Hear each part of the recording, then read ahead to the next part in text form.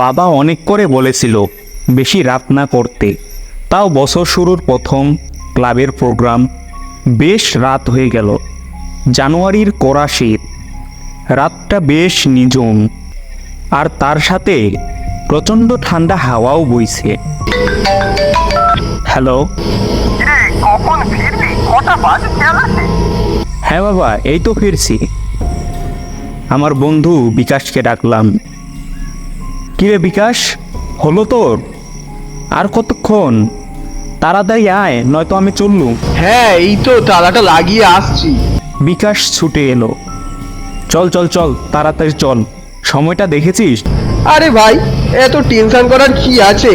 দুজনেই হাঁটতে হাঁটতে বড় রাস্তায় এলাম। এই শীতের রাস্তায় কোনো জনমানব তো নেই, এমনকি কোনো কুকুর বিড়ালেরও দেখা মিলল না। ট্যাক্সির জন্য বেশ কিছুক্ষণ অপেক্ষা করলাম। অনেক পরে একটা ট্যাক্সির দেখা মিললেও কাউকে তোয়াক্কা না করেই বেরিয়ে গেল। দূর, কোনো ট্যাক্সির দেখা পাওয়া যাবে বলে তো আমার মনে হচ্ছে না। এখন তো উপায় ভেবে পাচ্ছি না। চল এখান থেকে হাঁটা লাগাই, না হলে আজ এখানেই সারা রাত দাঁড়িয়ে থাকতে হবে বলে মনে হয়। দুজনেই হাঁটা শুরু করলাম। কিছু পরে বিকাশ হঠাৎ থেমে গিয়ে বলল, এক কাজ করা যায় না? ওই পোড়ো বটতলা দিয়ে গেলে তো বেশ শর্টকাট হয়, চল ওই রাস্তাটাই ধরি। বেশ আতঙ্কিত হয়ে বললাম, না ভাই, ওদিক দিয়ে যাওয়াটা ঠিক হবে না। কেউ এই পরিত্যক্ত রাস্তা ব্যবহার করে না, শেষে যদি ভুট্টুদের খপ্পরে পড়ি। ছি ছি ছি ছি, তুই কিনা 2018 সালের ছেলে, তোর মুখে ভূতের না? এ সময় দাঁড়িয়ে তুই এসবে বিশ্বাস করিস? চল শিগগির, না হলে খুব খারাপ হয়ে যাবে, এই কথা বলে দিলাম। আমি আর বিকাশের মুখের উপর কিছু বললাম না, এমনিতেই বেশ দেরি হয়ে গেছে। হাঁটতে হাঁটতে পুরো বটতলার রাস্তা ধরলাম। যেহেতু রাস্তাটা ব্যবহার হয় না, সেখানে বিশেষ কোনো আলোর ব্যবস্থা নেই। যে কোটাও আছে তার অর্ধেকই ভেঙে গেছে। অদ্ভুত সব আওয়াজ কানে ভেসে আসছে। পোড়াবাড়ির সামনে যেতেই বেশ অস্বস্তি বোধ করতে লাগলাম। বিকাশ সামনেই যাচ্ছিল আর আমি পিছনে। হঠাৎ বিকাশ থমকে দাঁড়িয়ে পড়ল। কি হলো বিকাশ, দাঁড়িয়ে পড়লি কেন? বিকাশ ভয়ার্ত কণ্ঠে চেঁচিয়ে উঠল, অবিনাশ! অবিনাশ? কি সব বলছিস? সেটা কি করে হয়? ও তো... কথা শেষ হয়নি, দেখে আমার হাত পা ঠান্ডা হয়ে গেল। পিঠের শিরদাঁড়া বেয়ে ঠান্ডা স্রোত বয়ে গেল। অন্ধকারে অবিনাশ ধীরে ধীরে আমাদের দিকে এগিয়ে আসছে। তার চোখ দুটো রক্তের মতো লাল। অবিনাশ পাগলের মতো একবার হাসলো, তারপর কাঁদতে কাঁদতে বলল, আমি তো শুধু দুটো উত্তর তোদের কাছে জানতে চেয়েছিলাম পরীক্ষায়। যদি তোরা সেদিন বলতিস, তাহলে হয়তো আমি এই জায়গায় থাকতাম না।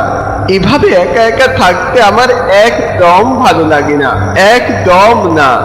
তোরা আমার সাথে আয়, আয়, চলে আয়। ধীরে ধীরে বিকাশের দিকে এগিয়ে গেল অবিনাশ।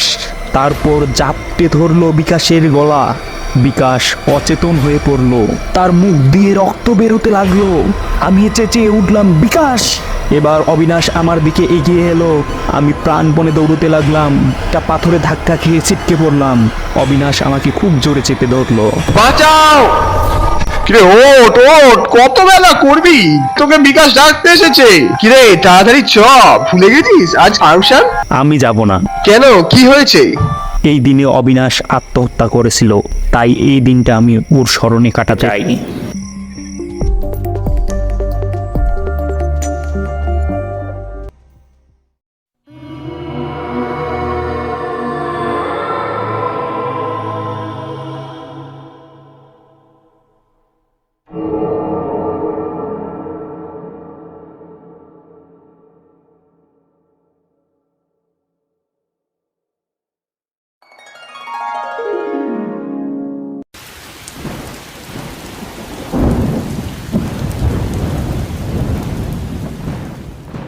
সন্ধ্যে থেকে ঘরময় পায়চারি করার পর একসময় শরীরে উসকুসানি শুরু হলো।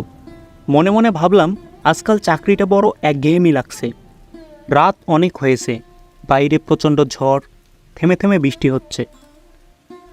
বাবু, নিস্তরণী মাসি আজকে পরলোক গমন করেছেন, তাই আপনারে বলতে এলুম। বহল বিদ্যুৎ, আমার সহকর্মী। বিদ্যুৎ আমি দুজনেই চললাম নিস্তরণী মাসির বাড়িতে। নিস্তরণী মাসি অনেক ভালো মানুষ ছিলেন। এই পৃথিবীতে নিস্তরণী মাসির আপন বলতে কেউই নেই। এই ঝড়ের রাতে অনেক কষ্টে আমরা নিস্তরণী মাসির বাড়িতে পৌঁছালাম। মাত্র 4 জন।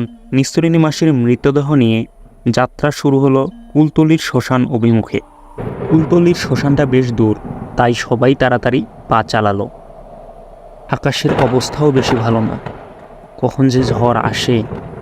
বাবু, তাড়াতাড়ি পা চালাতে হবে, আকাশের অবস্থা ভালো ঠেকছে না।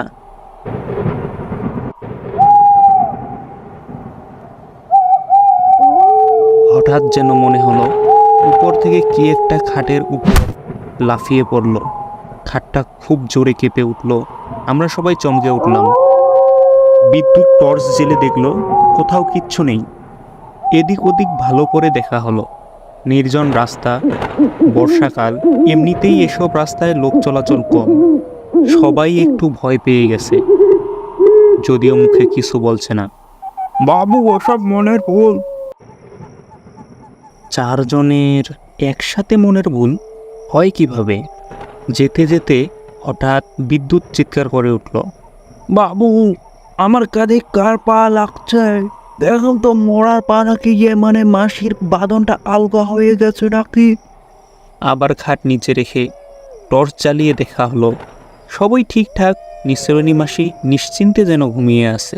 সবার মনটা খসখস করতে লাগলো, কেমন যেন ডাকতে লাগলো আমার মন।